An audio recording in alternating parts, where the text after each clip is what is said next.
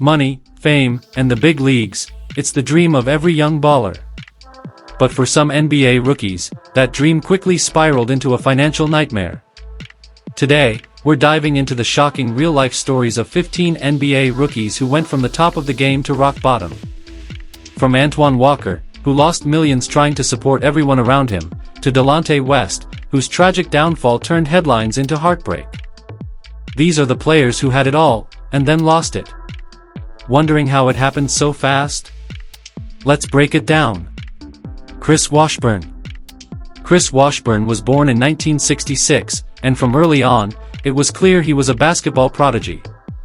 With a towering frame and raw talent, he dominated in high school, earning offers from major colleges and landing at North Carolina State University. But the warning signs came quickly. Just 7 games into his freshman season, he was caught stealing a stereo and got suspended. Still, NBA scouts were hooked on his potential.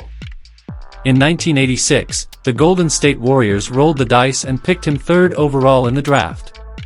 Expectations were sky high.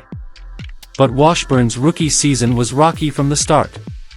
He was late to practices, missed team obligations, and soon began battling substance abuse. Everybody was sleeping, guys getting ready. I was in a project smoking crack, leaving straight from the project going to practice or going to a game. He entered rehab for the first time that year, setting the tone for the rest of his short-lived career. Even after being traded to the Atlanta Hawks, the struggles continued. Multiple relapses followed, and the NBA eventually banned him for life. That decision ended his career and triggered a steep downfall. The millions he made vanished.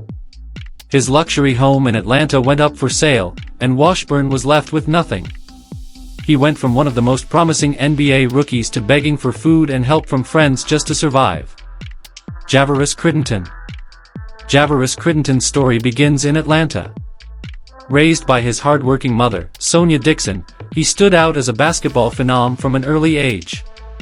With help from local youth coach Tommy P.J. Slaughter, Javaris developed the skill and discipline to shine on the national stage. After starring at Georgia Tech, he was selected 19th overall in the 2007 NBA draft by the Los Angeles Lakers. But the dream derailed quickly. After a heated card game in Washington, Javaris and teammate Gilbert Arenas brought guns into the locker room. Both were suspended for the season. Javaris returned to Atlanta and fell in with the wrong crowd, eventually joining the Mansfield Crips gang. In 2011, everything collapsed. Crittenton was charged in a fatal shooting tied to gang activity and sentenced to 23 years in prison. Legal fees devoured his wealth. Endorsements dried up. Poor planning and lavish spending left him penniless. From NBA fame to a prison sentence, all in just a few years. Robert Swift. Robert Swift's story is just as gut-wrenching. A small-town kid from Bakersfield, California, Swift was drafted straight out of high school by the Seattle Supersonics in 2004. At 18, he had the world at his feet, and a $1 million contract.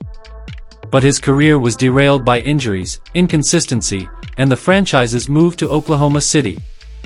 4 seasons later, his time in the NBA was over. He splurged on mansions, luxury cars, and wild spending. But when the checks stopped coming, the reality hit hard. Addiction took over. In 2013, Swift was discovered living in a foreclosed, trash-filled home littered with drug paraphernalia. By 2015, he was arrested for possessing a sawed-off shotgun, signaling how deep his spiral had gone. Like many others, Swift had no financial plan and no fallback. Reggie Harding. Reggie Harding's story is one of tragedy. A native of Detroit, he dominated high school basketball and was drafted by the Detroit Pistons in 1962. At 7 feet tall, he had size, skill, and presence. But off the court, his life was chaos. Harding struggled with drugs, alcohol, and increasingly erratic behavior. He even once pulled a gun on a teammate. By 1967, the Pistons had enough and cut ties. Other teams gave him brief chances, but his violent reputation destroyed his prospects. When the NBA door shut, Harding had no direction and no money. In 1972, he was involved in a fatal shooting that led to prison time. Just a year later, in 1973, Harding was murdered during a robbery, at just 26 years old. A promising life cut tragically short. Darius Miles. Then there's Darius Miles, a top-tier talent from East St. Louis who became the third overall pick in the 2000 NBA draft.